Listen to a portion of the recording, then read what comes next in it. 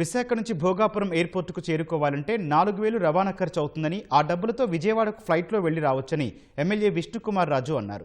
విశాఖ లాంటి పెద్ద నగరంలో 2 ఎయిర్పోర్టులు తప్పనిసరిగా ఉండాలని, ఇంటర్నేషనల్, డొమెస్టిక్ రెండూ తెరిచి ఉంచాలని కోరారు.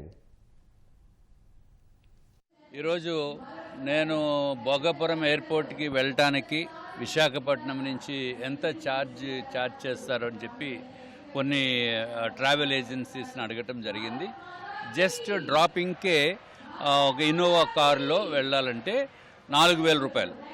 అట్లాగే ఏదైనా చిన్న సిడాన్లో వెళ్ళాలంటే అది 2500 రూపాయలు. అంటే ఇది చాలా ఎక్స్పెన్సివ్ అయిపోతుంది. కాబట్టి డొమెస్టిక్ కూడా ఇక్కడ కూడా కొంతకాలం రన్ చేయాలి. అట్లాగే విశాఖపట్నం లాంటి సిటీకి 2 ఎయిర్పోర్ట్స్ ఉండాలి. సో 2 ఎయిర్పోర్ట్స్, ఒకటి భోగాపురం, ఒకటి విశాఖపట్నం చేస్తే బాగుంటుంది. అంటే విజయవాడ ఫ్లైట్ టికెట్ సుమారు 3500 నుంచి 4000 ఉంటుంది. కానీ భోగాపురం వెళ్ళడానికి 4000 రూపాయలు అయిపోతుంది.